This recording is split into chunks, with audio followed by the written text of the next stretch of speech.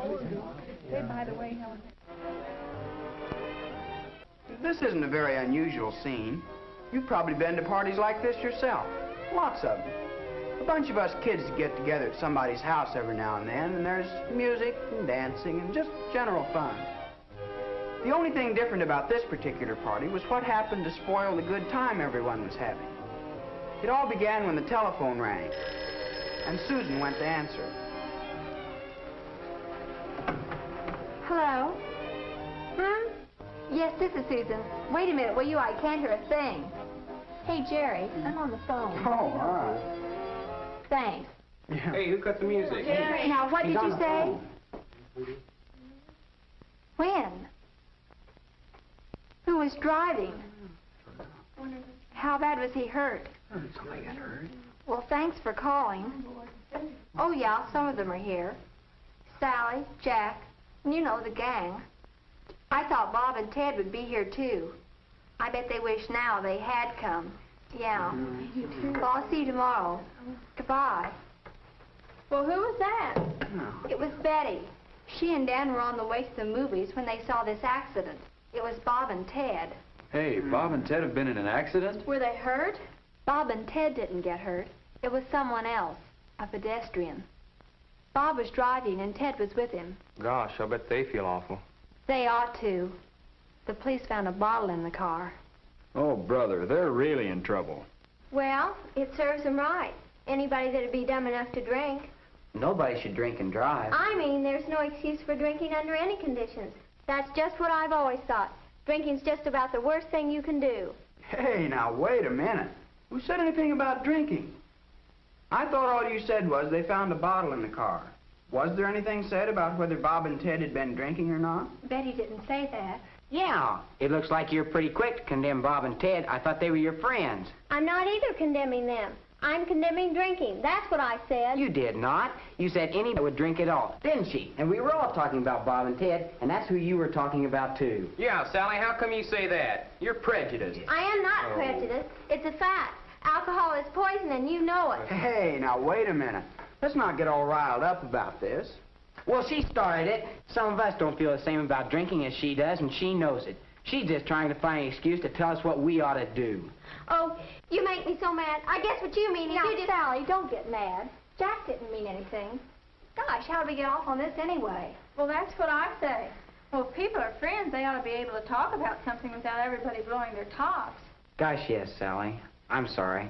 I didn't really mean to hurt your feelings. You see it one way and I see another. Well, now, that's more like it. Now, come on, Sally. Jack said he was sorry, so let's just forget it. Well, okay. But I still don't agree with him. I still think drinking is wrong. Well, that depends, Sally. Jack's not asking you to change your mind. After all, we just got No, but tell me one thing. What's so wrong with drinking? What have you got against it? Well, in the first place, everybody knows it doesn't do you any good. It can ruin your health. Is that what you believe? Do you believe that old scare stuff? Pooey. Well, maybe you're both right. A lot of people drink occasionally, but I guess it could really fix you if you concentrate on it. Sure, just like a lot of things. Pickles. You can't say pickles by themselves are bad for you, but if you eat too many, you get sick. It's the same thing with drinking. You drink so much that you don't get the vitamins and stuff you need, and wham, you get liver trouble or something. All I can say is alcohol can't be as bad as some people think it is. My folks don't think it's poison either. Well, you should have heard what my dad had to say about this the other day. We got to talking about alcohol. You see, Jack, an occasional drink never hurt anyone. Sure, liquor can cause you plenty of trouble. It'll make you drunk if you drink too much of it. And I think it's criminal if anybody drives after he's been drinking. But let me tell you something. A drink before dinner in the evening is just about the best thing I know of to settle your nerves and give you an appetite. My father always had it around the house, and we've had it. And I don't object to your taking a drink once in a while, but I just don't want to ever hear of your being drunk. And my dad wouldn't tell me I could drink a little if I wanted to. Not if it's as dangerous as you seem to think it is. How do you know you won't get drunk? Look, I'm no baby. I know what I can do and what I can't do, even with drinking. Oh, I've heard that before. Anybody that drinks will talk like that. That's just the kind of talk that'll get you in trouble. If you don't think alcohol will hurt you physically, what about the way you're likely to act? You can't say it doesn't affect your actions. And that settles it for me. As far as I'm concerned, it's wrong. Well, Sally, I go to church, and in my church, they don't say it's wrong to use alcohol. Whether you drink or whether you don't drink is up to you. Getting drunk is something else again. Well, how do you feel about drinking, Susan? Actually, I don't care one way or the other. Drinking just doesn't interest me. My folks serve drinks once in a while. They never told me that I couldn't drink. I'm just not interested. But it's all right with me if other people want to.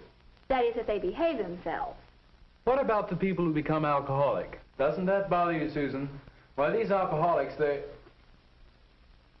If you mean my dad, go ahead and say it. Sure, he's an alcoholic. Everybody knows it. I'm used to it. When a member of your family gets that way, you try and hide it at first, but you can't. You might as well face it. When Dad found out what was wrong with him and started taking treatment, our whole family got educated. Dr. Brune spent a lot of time helping me to understand. We had a long talk about people like... My father's just one of those people who couldn't control his drinking. Then I think you'd be afraid to drink. Just because my dad's an alcoholic doesn't mean I'm going to be one. You don't inherit alcoholism, according to Dr. Brune. No, sir, that's not going to keep me from going along with the gang. That's what I say. If you want to be one of the gang, you've got to act like one of the gang. You don't want people to think you're a square, do you? Do you mean to say you think you have to drink? No, but... I don't drink, and I get along all right with the gang. Sure, but Take this gang here. We have a lot of fun when we're together, but my folks would take a dim view of my coming if there was drinking. There are plenty of guys who have a drink with their families, but when they get outside the house, they drink deliberately, just to get high and put on an act. I think that's what our parents are concerned about, as much as anything. You're the only one, Jerry, who hasn't stated his opinion. Haven't you got anything to say? Well, yeah, boy, everybody else put in his 2 cents. How come you're holding out? I'm not holding out. I'm just listening. Well, come on, let us in on it. How do you feel about drinking? Well, now, that's a pretty hard question to answer. Why? Nobody else seemed to have any trouble, although we don't all agree. Say, you know, that reminds me of... It's not a simple question, is it? There seem to be many different opinions, even among our own gang. Each one of us must make up his own mind. It isn't easy. What do you think? What about drinking?